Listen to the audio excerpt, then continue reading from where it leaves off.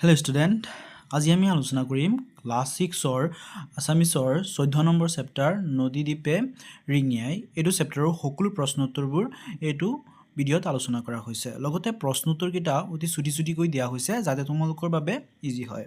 আৰু চেপ্টাৰটো একেবাৰে সহজ হয়। তোমালোকে যদি এবাৰ চেপ্টাৰটো কুৱেশ্যন এনচাৰকেইটা কৰাৰ আগতে নিজে পঢ়ি লোৱা তেনেহ'লে চেপ্টাৰটো বুজি পোৱাত আৰু প্ৰশ্ন উত্তৰকেইটা কৰাত তোমালোকৰ বাবে অতি ইজি হৈ যাব। চ' তোমালোকে ভিডিঅ'টো চোৱাৰ আগতে এবাৰ চেপ্টাৰটো পঢ়ি চাবা আৰু ভিডিঅ'টো লাষ্টলৈকে চাবা।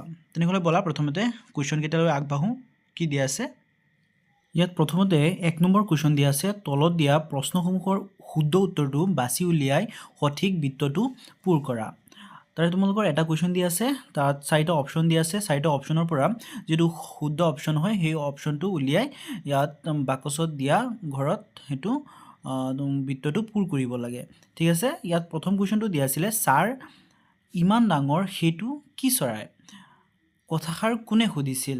এইটো তোমালোকে যদি চেপ্টাৰটো পঢ়িছা ভালকৈ বুজিয়ে পাবা। চেপ্টাৰটো এবাৰ পঢ়িলেই তোমালোকে এইটো চেপ্টাৰৰ প্ৰায়ভাগ কুৱেশ্যনেই কৰিব পাৰিবা, অতি ইজি হয়। চ' তোমালোকে এবাৰ চেপ্টাৰটো পঢ়ি চাবা। ইয়াত কৈছে, ছাৰ ইমান ডাঙৰ সেইটো কি চৰাই? কথাষাৰ কোনে সুধিছিল? 1 নম্বৰ অপশ্যনত দিয়া আছিলে, ক নম্বৰ অপশ্যন দিয়া আছে ৰাচিংজাই, খ নম্বৰ অপশ্যন দিয়া আছে চাংপিয়ে, তাৰপিছত অপশ্যন দিয়া আছে মিৰলঙে, তাৰপিছত উৰ্মিয়ে। ইয়াত শুদ্ধ অপশ্যনটো হ'ব ঘ নম্বৰ মিৰলঙে সুধিছিলে। তাৰপিছৰটো আছে পানীৰ লহৰত ৰঙীন মুকুতা মণিবোৰ কিয় জিলিকি উঠাৰ দৰে লাগিছিল? ইয়াত অপশ্যন দিয়া আছে, 4টা অপশ্যন দিয়া আছে। প্ৰথম অপশ্যন আছে ব্ৰহ্মপুত্ৰ নৈখন বিশাল হোৱাৰ বাবে, তাৰপিছত আছে ফেৰীখন নৈৰ পাৰে পাৰে গৈ থকা বাবে, তাৰপিছৰ অপশ্যনটো আছে অস্তগামী বেলিৰ পোহৰ নৈৰ পানীত পৰাৰ বাবে, তাৰপিছৰ অপশ্যন দিয়া আছে কহুৱা ফুলবোৰ বতাহত শাৰী জালি থকা বাবে। ইয়াত শুদ্ধ অপশ্যনটো হ'ব গ নম্বৰ অস্তগামী বেলিৰ পোহৰ নৈৰ পানীত পৰাৰ বাবে। ঠিক আছে, তোমালোকে কিতাপত চিন দি ল'ব পাৰা বা লিখি ল'ব পাৰা। তাৰপিছত 2 নম্বৰ কুৱেশ্যন দিয়া আছে, তুমি ওপৰৰ দ্বিতীয় প্ৰশ্নৰ উত্তৰটো কিয় শুদ্ধ বুলি বাছি ল'লা? সহপাঠীৰ লগত আলোচনা কৰা। ওপৰত যিটো কুৱেশ্যন দিয়া আছিলে 2 নম্বৰ কুৱেশ্যন দিয়া আছিলে, পানীৰ লহৰত ৰঙীন মুকুতা মণিবোৰ কিয় জিলিকি উঠাৰ দৰে লাগিছিলে? এইটো তোমালোকে কিয় শুদ্ধ অপশ্যনটো ঘ অপশ্যনটো আমি শুদ্ধ বুলি চিলেক্ট কৰিছিলোঁ, কিয় চিলেক্ট কৰিছোঁ এইটো লিখিব লাগে উত্তৰত। তো 2 নম্বৰ কুৱেশ্যনৰ উত্তৰটো হ'ব, চোৱা উত্তৰ দি আছে, পাঠটোত উল্লেখ আছে যে দুপৰীয়া সময়ত অৰ্থাৎ মধ্যাহ্ন বেলিৰ পোহৰ ব্ৰহ্মপুত্ৰৰ বিশাল জলৰাশিত পৰিছিল। সেই পোহৰৰ প্ৰতিফলনৰ বাবেই পানীৰ লহৰবোৰ ৰঙীন মুকুতামণিৰ দৰে জিলিকি উঠা যেন লাগিছে, সেয়ে গ উত্তৰটো শুদ্ধ। তোমালোকে এইটো চেম টু চেম লিখিব পাৰা। এনেকৈ লিখিলেই তোমালোকৰ 2 নম্বৰ উত্তৰটো হৈ যাব। 2 নম্বৰত বাছ এইটো লিখিব লাগে যে পাঠটোত উল্লেখ আছে যে দুপৰীয়া সময়ত অৰ্থাৎ মধ্যাহ্ন বেলিৰ পোহৰত, মধ্যাহ্ন তোমালোকে যদি মধ্যাহ্ন শব্দটো কঠিন লাগে তোমালোকে এইখিনিৰ পৰাই লিখিব পাৰা যে দুপৰীয়া সময়ত বেলিৰ পোহৰ ব্ৰহ্মপুত্ৰৰ বিশাল জলৰাশিত পৰিছিল, সেই পোহৰৰ প্ৰতিফলনৰ বাবে পানীৰ লহৰবোৰ ৰঙীন মুকুতামণিৰ দৰে জিলিকি উঠা যেন লাগিছিল। সেইকাৰণে আমি গ নম্বৰ অপশ্যনটো শুদ্ধ বুলি চিলেক্ট কৰিছোঁ। ঠিক আছে, তাৰপিছত 3 নম্বৰ কুৱেশ্যন দিয়া আছে, নদীদ্বীপে ৰিঙিয়াই পাঠটো পঢ়া আৰু ভ্ৰমণ কাহিনীটো সহপাঠীৰ আগত বৰ্ণনা কৰা। এই চেপ্টাৰটো নিজে পঢ়িব দিছে, পঢ়ি তাৰপিছত সহপাঠীৰ আগত বৰ্ণনা কৰিব দিছে। কুৱেশ্যনটো এনেকৈ দিয়া আছে যদিও পৰীক্ষাত তোমালোকৰ কুৱেশ্যনটো এনেকৈ নাহে, কুৱেশ্যন অলপ বেলেগকৈ আহিব পাৰে। চ' তোমালোকৰ কুৱেশ্যনটো এনেকৈ আহিব পাৰে যে নদীদ্বীপে ৰিঙিয়াই পাঠটো তোমাৰ নিজৰ ভাষাত বৰ্ণনা কৰা, এনেকৈ আহিব পাৰে, বা সহজ অৰ্থত বৰ্ণনা কৰা, মূল ভাৱ লিখা, এনেকুৱা ধৰণৰ কুৱেশ্যন আহিব পাৰে। তোমালোকে চেম কুৱেশ্যনেৰে ইয়াত যিটো উত্তৰ দিয়া আছে এইটো উত্তৰ দিব পাৰা। উত্তৰটো এনেকৈ লিখিবা, নদীদ্বীপে ৰিঙিয়াই পাঠটোত ৰংনিহাং মধ্য ইংৰাজী বিদ্যালয়ৰ 6ষ্ঠ শ্ৰেণীৰ শিক্ষাৰ্থীসকলৰ মাজুলী ভ্ৰমণৰ এক সুন্দৰ কাহিনী বৰ্ণনা কৰা হৈছে। তাৰমানে চেপ্টাৰটো জাষ্ট সহজকৈ নিজৰ ভাষাত লিখিব লাগে। তাৰপিছত তেওঁলোকে হৰেণ হাজৰিকা ছাৰৰ নেতৃত্বত যাত্ৰা আৰম্ভ কৰি নিমাতী গাঁত উপস্থিত হয়। তাৰ পৰা ফেৰীৰে ব্ৰহ্মপুত্ৰৰ মনোমোহা দৃশ্য উপভোগ কৰি কমলাবাৰী গাঁত পায়। তাৰপিছত যাত্ৰাপথত তেওঁলোকে কহুৱা ফুল, চিলনী, শিশু আদি দেখি আনন্দিত হয়। মাজুলীত তেওঁলোকে নতুন কমলাবাৰী সত্ৰ, উত্তৰ কমলাবাৰী সত্ৰৰ মাটি আখৰা, চামগুৰি সত্ৰৰ মুখাশিল্প আদি দৰ্শন কৰে। তাৰপিছত মিচিং গাঁৱৰ চাংঘৰ আৰু তাঁতশালৰ দৃশ্যই তেওঁলোকক অভিভূত কৰে। অৱশেষত গৰাখহনীয়াই ভয়াৱহতা দেখি তেওঁলোকে চিন্তিত হয় আৰু বহু মধুৰ স্মৃতি লৈ ঘৰলৈ উভতি আহে। তোমালোকে এইটো ভালকৈ পঢ়ি ল'বা। এইটো পঢ়িলেই বহুতকেইটা কুৱেশ্যনৰ এনচাৰ তোমালোকৰ এইটোতে সোমাই আছে। এইটো পঢ়িলেই তোমালোকৰ হৈ যাব। তাৰপিছত 4 নম্বৰ কুৱেশ্যন দিয়া আছে, তলত দিয়া শব্দবোৰৰ অৰ্থ অভিধান চাই লিখা। অভিধান লিখা দেখি তোমালোক কনফিউজ নহ'বা, বাছ শব্দবোৰৰ সঠিক অৰ্থটো লিখিব লাগে। ইয়াত কেইটামান শব্দ দিয়া আছে, অনুৰূপ, পৰিভ্ৰমী, দলিচা, থৌকি বা থৌ, অভিভূত, হুমুনিয়া। ঠিক আছে, এইকেইটাৰ অৰ্থকেইটা হ'ব। প্ৰথম অনুৰূপ আছিলে, অনুৰূপৰ অৰ্থ হ'ব অতি সুন্দৰ বা যাৰ ৰূপৰ তুলনা নাই। তোমালোকে ইয়াৰ পৰা অতি সুন্দৰটো লিখিব পাৰা। তাৰপিছত আছে পৰিভ্ৰমী। পৰিভ্ৰমীৰ অৰ্থ হৈছে এঠাইৰ পৰা আন ঠাইলৈ ভ্ৰমি ফুৰা বা ঘূৰি ফুৰা। ইয়াত তোমালোকে প্ৰথমটো লিখিব পাৰা, এঠাইৰ পৰা আন ঠাইলৈ ভ্ৰমি ফুৰা। এইটো বেছি একিউৰেট হয়, তোমালোকে এইটো লিখিব পাৰা। তাৰপিছত আছে দলিচা। ইয়াৰ অৰ্থ হ'ব মজিয়াত পৰা ডাঠ কাপোৰ। তাৰপিছত আছে থৌকি বা থৌ। এইটো হ'ব উথপ-থপ বা হুলস্থুল। ঠিক আছে, তোমালোকে দুইটাৰ পৰা যিকোনো এটা লিখিব পাৰা। তাৰপিছত আছে অভিভূত। এইটোৰ অৰ্থ হ'ব তন্ময় বা আলপুত। তাৰপিছত আছে হুমুনিয়া।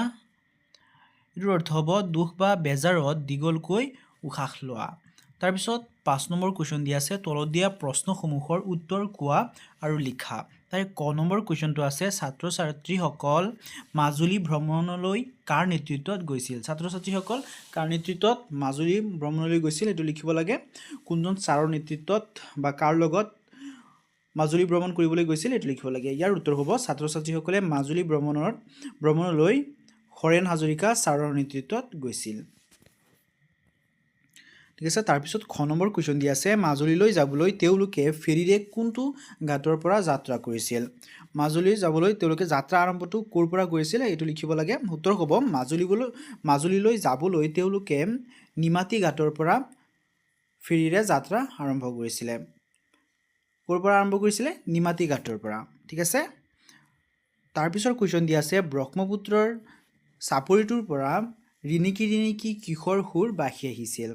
ব্ৰহ্মপুত্ৰৰ চাপৰিটোত থাকোঁতে তেওঁলোকে যে এটা সুৰ শুনিব পাইছিল, ৰিণিকি ৰিণিকি সুৰটো ক'ৰ পৰা বাঢ়ি আহিছিল এইটো লিখিব লাগে।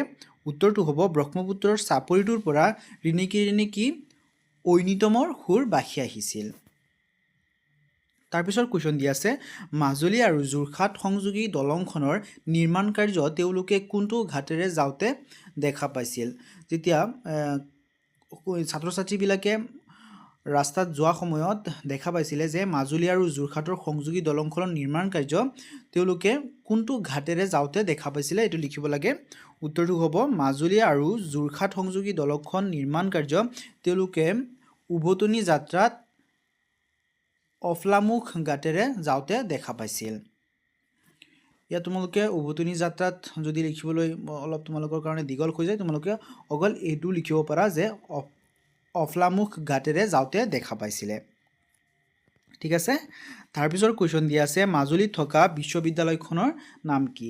মাজুলীত যিটো বিশ্ববিদ্যালয় তেওঁলোকে দেখা পাইছিলে সেই বিশ্ববিদ্যালয়খনৰ নাম কি আছে বা মাজুলীত থকা বিশ্ববিদ্যালয়খনৰ নাম কি সেইটো লিখিব লাগে। উত্তৰ হ'ব মাজুলীত থকা বিশ্ববিদ্যালয়খনৰ নাম হ'ল মাজুলী সাংস্কৃতিক বিশ্ববিদ্যালয়। তাৰপিছত 6 নম্বৰ কুৱেশ্যন দিয়া আছে, কোনে কেতিয়া আৰু কিয় কৈছিল লিখা। ইয়াত তোমালোকৰ এটা বাক্য দিয়া আছে, বাক্যটো কোনে কৈছিলে, কেতিয়া কৈছিলে আৰু কিয় কৈছিল লিখিব লাগে। তোমালোকে যদি চেপ্টাৰটো ভালকৈ পঢ়ি চোৱা তেনেহ'লে এইকেইটা তোমালোকৰ বাবে অতি ইজি হৈ যাব। তোমালোকে অতি আৰামতে এইকেইটা কৰিব পাৰিবা।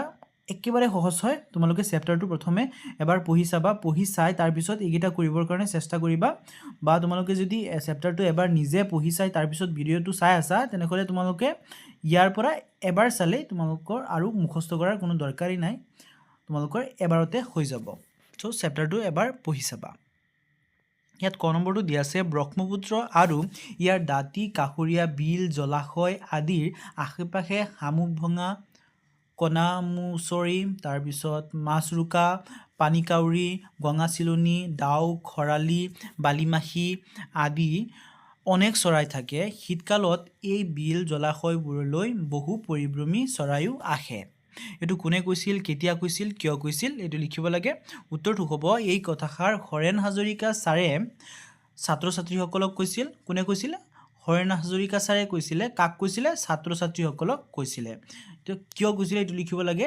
যেতিয়া মিৰলঙে এটা চিলনী চৰাই দেখি হেয়া কি চৰাই বুলি সুধিছিল তেতিয়া ছাৰে ব্ৰহ্মপুত্ৰৰ পাৰত পোৱা বিভিন্ন চৰাইৰ বিষয়ে বুজাই কওঁতে এই কথা কৈছিল তাৰ পিছৰ খ নম্বৰটো আছে নাট ভাওনা আদি যেতিয়া মুখা ব্যৱহাৰ কৰা হয় মুখাবোৰ এক জীৱন্ত ৰূপ লয় এটো কোনে কৈছিলে কিয় কৈছিলে কেতিয়া কৈছিলে এটো লিখিব লাগে উত্তৰটো হ'ব এই কথাষাৰ হৰেণ হাজৰিকা ছাৰে ছাত্ৰ ছাত্ৰীসকলক কৈছিল আগৰটোৰ সৈতে সেম ছাৰে কৈছিলে ছাত্ৰ ছাত্ৰীসকলক কিয় কৈছিলে এটো হ'ব সামগ্ৰী ক্ষেত্ৰত বিভিন্ন মুখা সজাই থোৱা দেখি ছাত্ৰ ছাত্ৰীসকলে আনন্দিত হোৱাত ছাৰে মুখা শিল্পৰ গুৰুত্ব আৰু ব্যৱহাৰ বিষয়ে বুজাই কওঁতে এই কথা কৈছিল তাৰ পিছৰ দিয়া আছে 7 নম্বৰ বানপানী গৰাখহনীয়াই মাজুলীত কেনেধৰণৰ সমস্যাৰ সৃষ্টি কৰিছে পাঠৰ আধাৰত বুজাই লিখা পাঠটোত দিয়া মতে কেনেকৈ দিয়া আছে যে বানপানী আৰু গৰাখহনীয়াই মাজুলীৰ কেনেকুৱা ধৰণৰ সমস্যাৰ সৃষ্টি কৰিছিল এটো লিখিব লাগে পাঠটোত দিয়া মতে সো তোমালোকে চেপ্টাৰটো পঢ়ি নিজেও লিখিব পাৰা বা ইয়াত দিয়া ধৰণেও তোমালোকে সেম টু সেম লিখিব পাৰা উত্তৰটো হ'ব বানপানী আৰু গৰাখহনীয়াই মাজুলীত ভয়ংকৰ সমস্যাৰ সৃষ্টি কৰিছে প্ৰতি বছৰে ব্ৰহ্মপুত্ৰৰ বাৰ্ষণী পানীয়ে মাজুলীৰ বহু খেতি পথাৰ আৰু গড়দুৱাৰ নষ্ট কৰে গৰাখহনীয়াৰ ফলত মাজুলীৰ বহু মাটি ব্ৰহ্মপুত্ৰৰ বুকুত জাহ গৈছে যাৰ ফলত নদীদ্বীপটোৰ আকাৰ ক্ৰমান্বয়ে সৰু হৈ আহিছে এই গৰাখহনীয়াৰ বাবে বহুতো ঐতিহাসিক সত্ৰ নিশ্চিহ্ন হৈ গৈছে নিশ্চিহ্ন মানে একেবাৰে নাইকিয়া হৈ গৈছে যাৰ কোনো চিনেই বৰ্তমান সময়ত নাই হেতু গৈছে তাৰ পিছত ইয়াৰ ফলত মাজুলীৰ মানুহৰ জীৱন জীৱিকা কৃষি আৰু সাংস্কৃতিক ঐতিহ্যৰ ওপৰত এক গভীৰ সংকট নামি আহিছে তাৰ পিছত 8 নম্বৰ কোৱেশ্চন দিয়া আছে পাঠটোত উল্লেখ থকা ৰং কেইবিধমানৰ নাম লিখা আৰু সেই ৰংবোৰৰ প্ৰতিফলন ক'ত ক'ত ঘটিছে তাৰ এখন তালিকা প্ৰস্তুত কৰা তাৰ মানে পাঠটোত যিকিটা তোমালোকে ৰঙৰ নাম শুনিবলৈ পাইছা সেই ৰংকিটাৰ প্ৰতিফলন মানে কেতিয়া ব্যৱহাৰ কৰা হৈছে কোন ঠাইত ব্যৱহাৰ কৰা হৈছে হেতু লিখিব লাগে তো তোমালোকে ইয়াৰ পৰা চাই সেম টু সেম লিখিব পাৰা প্ৰথমে দুটা ঘৰ বনাই লিখি দিছো তোমালোকৰ বাবে যাতে ইজি হয় বুজাত প্ৰথম ঘৰটোত দিয়া আছে ৰং তাৰ পিছত প্ৰতিফলন ৰং প্ৰথমে দিয়া আছে ৰঙিন এটো মুকুতা মণিবোৰ তেতিয়া প্ৰতিফলন হৈছিল তাৰ পিছত খুনালি এটো সাদৰ প্ৰতিফলন তাৰ পিছত ৰূপালী এটো হ'ব বুটা তাৰ পিছত হুকুলা এটো হ'ব আৱৰণ তাৰ পিছত সেউজিয়া এটো হ'ব দলিসা তাৰ পিছত খালদিয়া এটো হ'ব পথাৰ হৰিহৰ ফুল ব্ৰেকেটত লিখিব পাৰা তাৰ পিছত ৰংসুৱা এটো হ'ব বেলি তোমালোকে যদি চেপ্টাৰটো পঢ়িছা তেনেহলে এই প্ৰশ্নটোৰ উত্তৰ ভালকে বুজি পাবা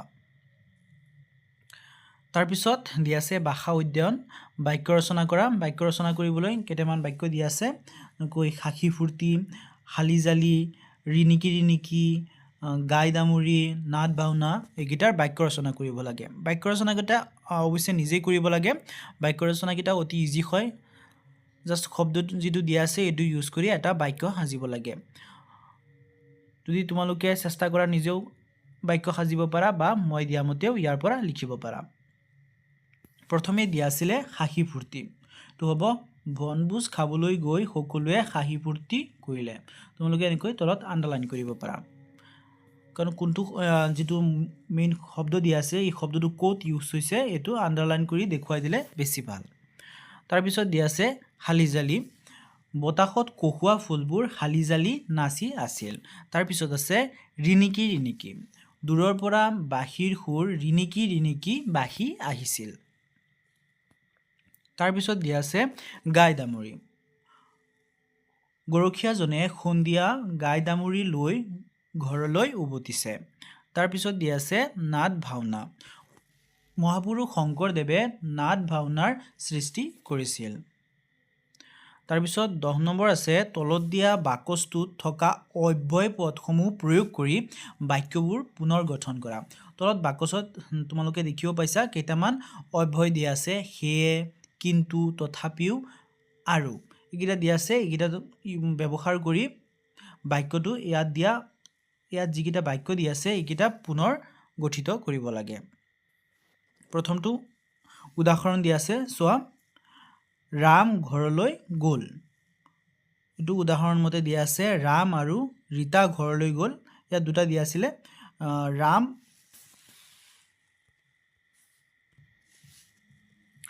ঘৰলৈ গ'ল আৰু আনটো দিয়া আছে ৰীতা ঘৰলৈ গ'ল। এই দুটা মিলাই উদাহৰণৰ মতে দিয়া আছে যে ৰাম আৰু ৰীতা ঘৰলৈ গ'ল। ইয়াত ব্যৱহাৰ হৈছে অব্যয় পদটো ব্যৱহাৰ হৈছে আৰু অব্যয় পদটো ব্যৱহাৰ কৰি এইটো সম্পূৰ্ণ কৰিছে। এনেকৈ আমি বাকীকেইটা কৰিম। ইয়াত দিয়া আছে আজি কাতি বিহু, আজি স্কুল বন্ধ। এই দুটা মিলাই এটা অব্যয় পদ ব্যৱহাৰ কৰি বাক্যটো সাজিব লাগে। তো ইয়াত হ'ব আজি কাতি বিহু, সেয়ে আজি স্কুল বন্ধ। ইয়াত অব্যয় পদটো ব্যৱহাৰ হৈছে সেয়ে। ঠিক আছে। তাৰপিছতো দিয়া আছে গাইজনী ঘৰলৈ আহিল আৰু আনটো দিয়া আছে ডমৰটো ঘৰলৈ নাহিল। এই দুটা মিলাই আমালোকে আৰু এটা নতুন বাক্য গঠন কৰিব লাগে অব্যয় পদটো ব্যৱহাৰ কৰি। ঠিক আছে। এইটো হ'ব গাইজনী ঘৰলৈ আহিল কিন্তু ডমৰটো ঘৰলৈ নাহিল। ইয়াত অব্যয় পদটো ব্যৱহাৰ কৰা হৈছে কিন্তু। ঠিক আছে। তাৰপিছতো দিয়া আছে তোমাক কিমানকৈ মাতিলোঁ আৰু আনটো আছে তুমি মাত এষাৰো নিদিলা। এই দুটা ব্যৱহাৰ কৰি অব্যয় পদ যোগ কৰি এটা নতুন বাক্য গঠন কৰিব লাগে। সেইটো হ'ব তোমাক কিমানকৈ মাতিলোঁ তথাপি তুমি মাত এষাৰো নিদিলা। ইয়াত অব্যয় পদটো হৈছে তথাপি অব্যয় পদটো ব্যৱহাৰ কৰি এই বাক্যটো গঠন কৰা হৈছে। ঠিক আছে। তোমালোকে ইয়াৰ পৰা চেম টু চেম লিখি ল'বা। তাৰপিছত 11 নম্বৰ কুৱেশ্যন দিয়া আছে, তোমাৰ ভাল লগা কেইখনমান মুখাৰ নাম উল্লেখ কৰা। সেই মুখাকেইখন তোমাৰ কিয় ভাল লাগে কোৱা আৰু লিখা। এইটো তোমালোকে যদি তোমাৰ নিজা ভাল লগা মুখা আছে আৰু কিয় ভাল লাগে এইটো তোমালোকে নিজে লিখিব পাৰা, বা যদি তোমালোকে অলপ সহজকৈ বিচাৰা তেনেহ'লে ইয়াৰ পৰাও চেম টু চেম লিখিব পাৰা। উত্তৰটো হ'ব মোৰ ভাল লগা কেইখনমান মুখা হ'ল নৰসিংহৰ মুখা, গৰুৰ মুখা, ৰাৱণৰ মুখা। তাৰপিছত এইকেইটা কিয় ভাল লাগে সেইটো লিখি দিছোঁ, চাবা কিয়। এইটো হ'ব নৰসিংহৰ মুখাখন ভয়ংকৰ অথচ ঐশ্বৰিক ৰূপটোৱে মোক আকৰ্ষণ কৰে। তাৰপিছত গৰুৰ মুখাটো কিয় ভাল লাগে, গৰুৰ মুখাখনে শক্তি আৰু উদাৰতাৰ প্ৰতীক পোষণ কৰে। আনহাতে 10টা মূৰ থকা ৰাৱণৰ মুখাখনৰ নিৰ্মাণশৈলী অতি আকৰ্ষণীয় আৰু ই অশুভ শক্তিৰ ওপৰত শুভ শক্তিৰ বিজয়ৰ কথা সোঁৱৰাই দিয়ে। তোমালোকে ইয়াৰ পৰা চেম টু চেম লিখিব পাৰা। তাৰপিছত 12 নম্বৰ কুৱেশ্যন দিয়া আছে, মাটি আখৰা আৰু সত্ৰীয় নৃত্যৰ বিষয়ে ভিন ভিন উৎস, যেনে ব্ৰেকেটত দিয়া আছে সমল, ব্যক্তি, ইণ্টাৰনেট, বাতৰি কাকত, আলোচনীৰ পৰা সমল সংগ্ৰহ কৰি লিখা। তোমালোকে ইয়াৰ পৰা লিখিব পাৰা যে এখন যিকোনো সমলৰ পৰা বা কোনো মানুহক সুধি লিখিব পাৰা বা ইণ্টাৰনেটৰ পৰা। যিহেতু ইণ্টাৰনেট দিয়া আছে চ' তোমালোকে ইয়াৰ পৰা লিখিবই পাৰা।